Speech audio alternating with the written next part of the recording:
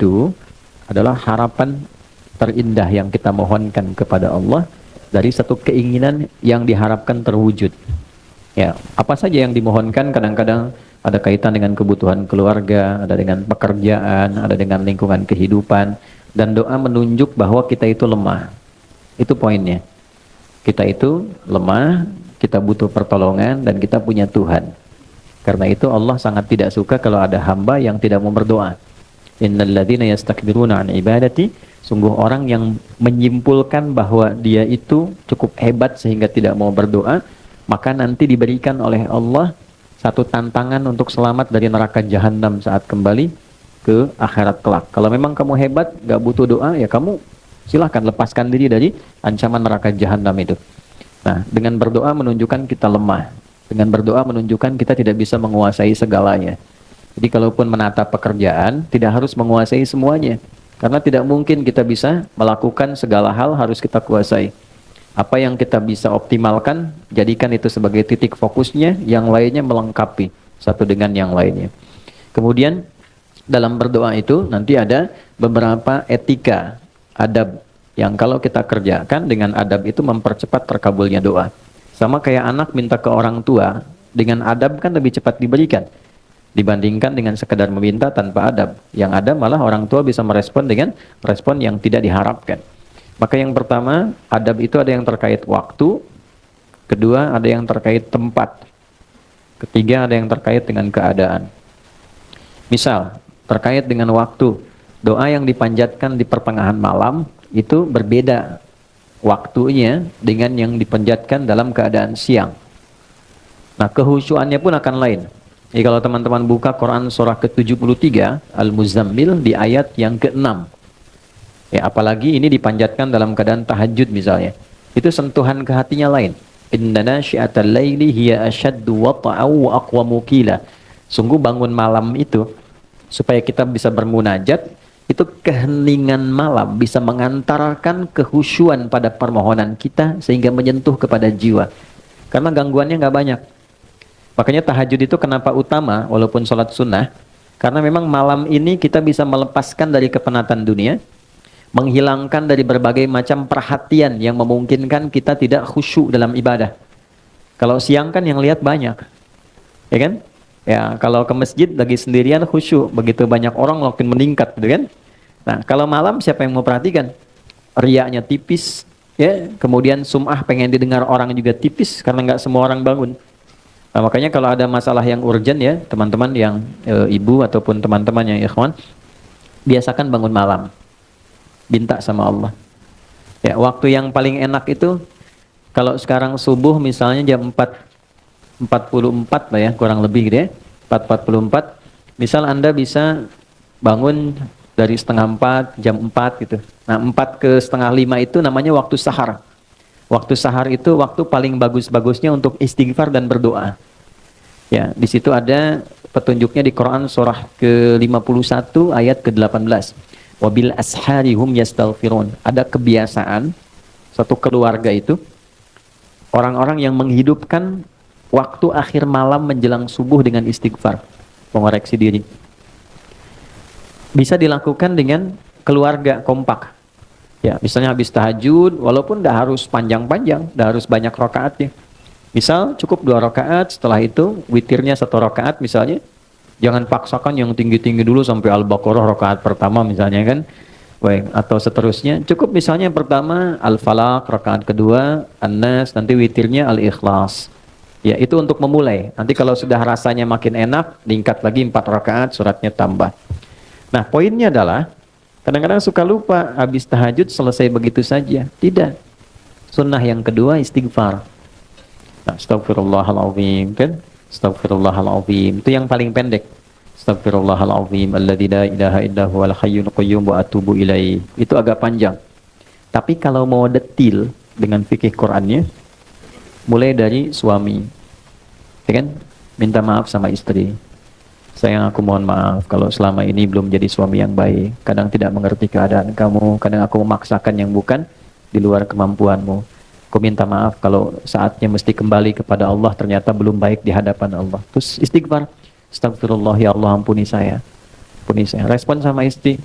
Bang, aku juga mohon maaf selama ini belum jadi istri yang baik, sering ngeluh sama kamu, kadang-kadang tidak jujur. Dia minta, ya Allah ampuni kami. Nah itu saat bersama-sama, ya Allah ampuni kami, itu rasanya lain ke hati. Nah itulah sakinah yang mempercepat itu datang. Yang beda ketika sendiri, dan itu sifat korektif kolegial, mengoreksi diri dengan bersama-sama dalam konteks berkeluarga, itu diajarkan di Al-Quran. Apalagi ada anak misalnya, tuh si kakak bilang ikut tahajud malam, mama papa aku minta maaf, selama ini belum jadi anak yang baik, selama ini sering nyakitin mama papa, itu semua istighfar, ya Allah ampuni kami ya Allah, sayangi kami ya Allah. Itu kalau bisa dibiasakan, apalagi tiap malam bisa sholat dan demikian, itu keluarga terjaga dalam keharmonian. Keluarga terjaga dalam keharmonisan, selalu harmoni, ketenangan. Dan yang paling indah adalah disitulah saat doa terkabulkan. Ya, ibadi itu hadis kutsinya, hambaku, kan? Engkau mau minta apa? Engkau mau minta apa? Ya, man istaghfara ghafartulah. Siapa yang istighfar, aku ampuni. Istighfar itu kan mengoreksi diri kita. Artinya mohon maaf, setiap orang kan pasti punya kekurangan. Jadi kalau seorang suami, seorang ayah dengan segala kerendahan hati, dia mengoreksi dirinya, tahu ada potensi kuat untuk berubah. Ketika Allah ampuni, kesalahannya dihilangkan, kesolehannya dimunculkan. Jadi ciri orang yang diampuni itu, perbuatan salahnya hilang, solehnya muncul. Lisan itu kurang baik. Bagaimana diampuni dosa lisan? Berubahlah tampilan lisan ini dengan berkata yang baik dan ditinggalkan yang tidak baik yang sebelumnya dilakukan perbuatan itu. Itu poinnya. Ya, kita ingin bertobat dari harta yang haram, maka perbuatan yang mengantarkan pada haram jadi hilang, yang halal jadi muncul. Itu tanda penerimaan tobat di hadapan Allah. Terjadi perubahan kebaikan. Nah, sama kalau tadi di rumah tangga ada korektif, sifat mengoreksi kepada diri, lalu diampuni oleh Allah yang salah-salah itu, terjadilah perbaikan. Kebiasaan yang kurang bagusnya berubah menjadi baik. Itu potensi tertingginya dilakukan pada waktu apa? Pada tahajud, di waktu sahar. Kemudian man sa'ala, ya, a'ta, siapa yang meminta, Allah berikan. Ya, man su'ila a'ta, siapa yang meminta kepada Allah dimintakan kemudian diberikan. Kemudian, nah ini poinnya. Perhatikan baik-baik, ini kalimatnya. Wa man da'a ajaba, siapa yang berdoa dijawab. Nah, jadi biasakan kalau ingin berdoa bisa diisi dengan istighfar terlebih dahulu. Makanya sebelum kita doa pasca sholat kan istighfar dulu. Istighfar, Allahumma antas salam, kemudian yang subhanallah, alhamdulillah, Allahu akbar, baru kesananya turunan ada doa kan. Ya, bagaimana minta dalam keadaan kotor? Masih banyak dosa, masih minta gitu kan. Kan secara normal, secara logika juga tidak nyambung. Jadi kita bersihkan dulu baru kemudian kita memohon kepada Allah. Jadi ini kalau dibiasakan waktu tengah malam menjelang akhir malam ke subuh itu waktu yang terbaik untuk berdoa. Di antara yang lain, antara adzan dengan iqamah misalnya itu waktu. Yang kedua tempat. Ada tempat-tempat tertentu yang secara spesifik mempercepat terkabulnya doa. Misal, ada yang tempatnya itu untuk umum di Mekah, area Ka'bah, kan? Multazam, Raudhah. Tapi kan nggak semua kita bisa ke sana. Karena itu apa yang bisa kita lakukan? Masjid. Ya. Ini yang teman-teman yang laki-laki ya, ada kebiasaan di sahabat Nabi itu diajarin sama Nabi kalau mau beraktivitas ke masjid dulu. Oke? Mereka berangkat dari masjid setelah subuh, salat syuruk, dah punya agenda. Jadi agenda itu disiapkan dari malam. Besok mau ngerjakan apa, dirapihkan. Nah, subuh berangkat ke masjid, membawa agenda itu yang sudah kita pahami. Nanti dalam sholat, kita minta sama Allah. Dalam sujud, kita belajar di pertemuan lalu, dihadirkan, ya, dalam hati kita, minta dimudahkan, minta dibantu, minta dibimbing. Minta ditolong. Baik, nanti pulang, menariknya, diajarkannya ke masjid dulu sebelum ke rumah. Coba teman-teman bisa praktekkan ya, kalau nanti dari kantor, sebelum nyampe rumah, singgah di masjid dulu. Ambil wudhu, sholat 2 rakaat, pulang. Itu auranya akan beda dibandingkan langsung dari kantor ke rumah. Nggak percaya silakan. Di masjid tuh auranya ada aura ketenangan, kenyamanan, kedamaian. Jadi pulang nyampe rumah itu yang didapatkan oleh keluarga, aura kedamaian. Dan itu yang dibutuhkan. Dibandingkan dengan macet di jalan, di kantor banyak persoalan, ketika ke rumah melihat anak yang sudah nunggu seakan jadi beban. Jadi masalah. Ya kan? Pusingnya dibawa ke rumah kan?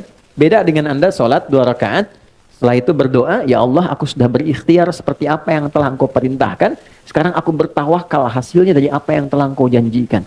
Pulang ke rumah ketemu anak semuanya senang. Dia menunggu, ada yang bikin gambar, ada yang macam-macam. Dan ingat ya, Anda sehebat apapun di kantor, yang dibutuhkan oleh anak dan istri di rumah adalah sosok ayah dan suami. Bukan seorang direktur, bukan seorang manajer, atau seorang ahli apapun. Saya jadi ustadz, jadi kiai, sampai hari ini, alim misalnya disebut oleh orang syekh di luar, sampai ke rumah, nggak pernah anak saya menyebut dengan nama itu. Assalamualaikum kiai, nggak ada. Dia bikin ayahnya kok. Ya, ini bikin ayahnya. Assalamualaikum Ustadz, nggak ada. Tunggu sampai malam pun, Buya, main kuda yuk. Ya, masih main petak umpet, main kuda-kudaan, dan mereka menggambar, kadang bikin karya berjam-jam, cuman pengen dilihatkan pada ayahnya. Lantas siapa Anda yang kemudian direktur di perusahaan, nyampe ke rumah pengen jadi direktur juga? Nah, terus anak, ya dengan segala ekspresinya ingin dipersembahkan, lantas tiba-tiba mendapatkan kemarahan yang bukan pada haknya. Nah ini ada bagian tertentu yang bisa kita dapatkan dari aura masjid. Kalau pengen tarik ke rumah, bikin mihrab. Ya, masa rumah luas, kamar banyak, gak ada satupun dihususkan untuk ibadah. Ya, mihrab itu tempat khusus yang fokusnya untuk ibadah saja. Dibaca Qurannya di situ, ngajinya di situ, sholatnya di situ. Tapi dunia keluar. Oke, termasuk bikin status, ciplik lagi di mihrab, jangan ganggu ya. Nah, ini keluar dulu tuh. Ya, jangan dipakai, makan, minum, keluar. Mihrab itu tempat yang disebut spesifik dalam Quran. Dia punya dua keistimewaan. Mempercepat terkabulnya doa, mendatangkan rizki dari sisi yang tidak diduga. Ya, itu ada di Quran, surah ketiga Ali Imran ayat 37. Ya, fataqabbalaha rabbuha biqabulin hasanin wa ambataha nabatan hasana wa kaffalaha Zakaria. Poinnya, kullama dakhala 'alaiha Zakaria al-mihrab wajada 'indaha rizqa.